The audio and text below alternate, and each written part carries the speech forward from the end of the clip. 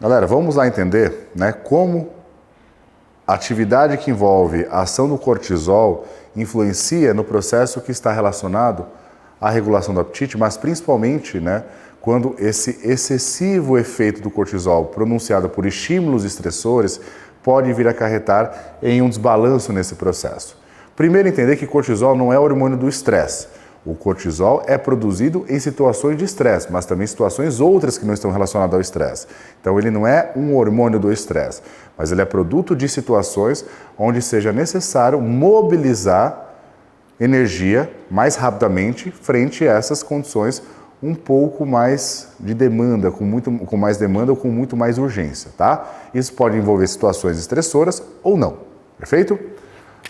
Parte disso, compreendendo como funciona o processo de regulação da atividade do cortisol, aqui então o estímulo ambiental, né, podendo ser um estímulo estressor ou não, mas presumindo um estímulo estressor, vai atuar nas modalidades sensoriais, audição, visão, qualquer outra coisa que esteja relacionado, né, à captação da informação e, portanto, vai ativar a amígdala. Imagine então que você tenha interagido com uma situação estressora, como ouvido uma crítica do trabalho, né? Ou sendo de alguma forma, né, sobrecarregado em relação às demandas profissionais, ou conflitos familiares e assim por diante. Isso vai viabilizar uma resposta na amígdala. E essa amígdala então, diante desse contexto que aparentemente exibe uma urgência na mobilização de substratos, vai realizar o processo de liberação do cortisol, por meio de hormônios liberadores de corticotrofina, através do hipotálamo, hipófise, e a hipófise então vai liberar o hormônio adrenocorticotrófico. E, portanto, essa vai atuar na adrenal, que é uma glândula que fica sobre o rim, por isso chama suprarrenal, que vai liberar o cortisol. Só que esse mecanismo, ele tem uma função importante na mobilização, né, de recursos para lidar com essa situação quando ela é pontual. O problema é que quando o indivíduo está sob contínuo estresse, ou seja, ao invés do estresse agudo, que é algo adaptativo, mas em estresse crônico, o processo de regulação começa a ficar altamente prejudicado. Porque o cortisol, inicialmente, ele vai fazer os feedbacks negativos, né? Feedback negativo, a partir da ligação nos seus receptores no hipotálamo e também no hipocampo. E esse cara aqui é importante para controlar a atividade da amígdala, que viabiliza toda essa resposta na liberação de cortisol. Só que quando o estresse começa a ficar crônico, a capacidade de controlar ou de inibir essa resposta fica reduzida, porque eu começo a ter uma redução do hipocampo, da atividade do hipocampo, pelo excesso de cortisol. E, portanto, isso levando a uma hipofunção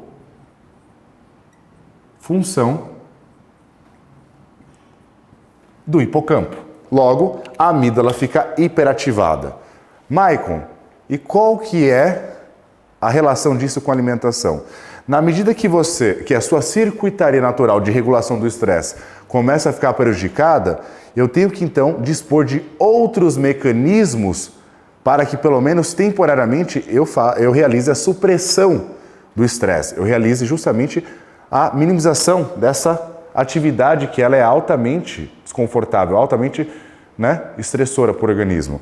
E por meio de certos estímulos que proporcionam isso de forma mais rápida. Por exemplo, através da alimentação. Alimentos palatáveis. Perfeito? E o que isso vai proporcionar? A alimentação vai atuar na circuitaria de recompensa, ou seja, no sistema de recompensa, a qual isso vai exercer um efeito temporário na supressão da atividade da amígdala.